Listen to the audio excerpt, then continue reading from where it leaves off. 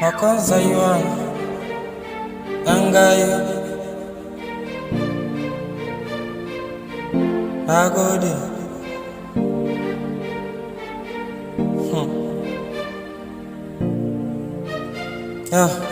‘Yan gayu in ba ku labari kan masoyiyata mai suna Safina.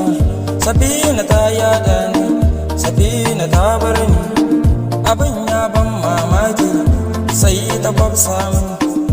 Ni na ja Safina na kai ta gidanmu domin ta ga dangina.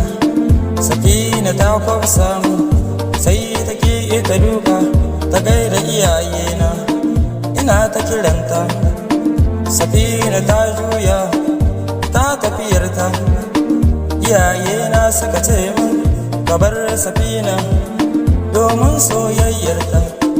Kuɗaɗe take so ba wai kai ba, amma kai yi tunani ko menene dai.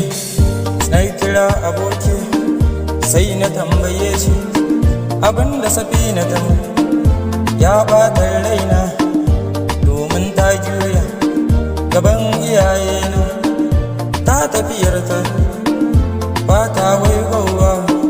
Abokina wani hukunci ne ya kamata na yau akan soyayyar mu?